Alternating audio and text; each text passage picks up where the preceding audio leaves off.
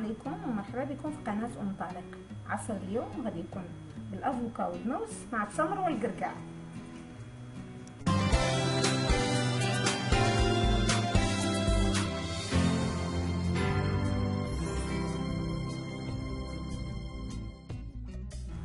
المقادير كما العاده علبة معلومات تحت الفيديو. نبداو على بركه الله في طريقه التحضير.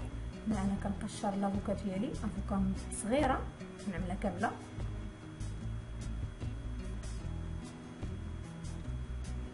غادي نضيف عليها من 2 حتى 4 ديال المكعبات ديال الثلج.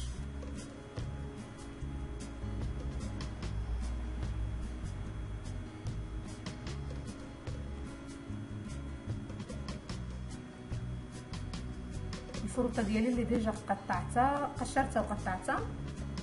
هنا عندي البنان، القرقاع، التفاح والتمر في عود السكر.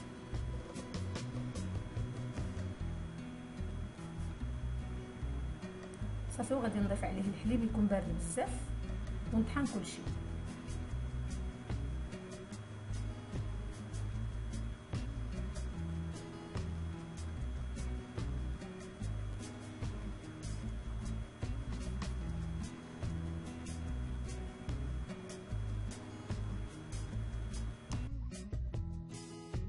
ديالي ها هو الواجد، يا ربي يعجبكم، تجربوه ان شاء الله. نتلاقاو غدا مع رمضان مبارك.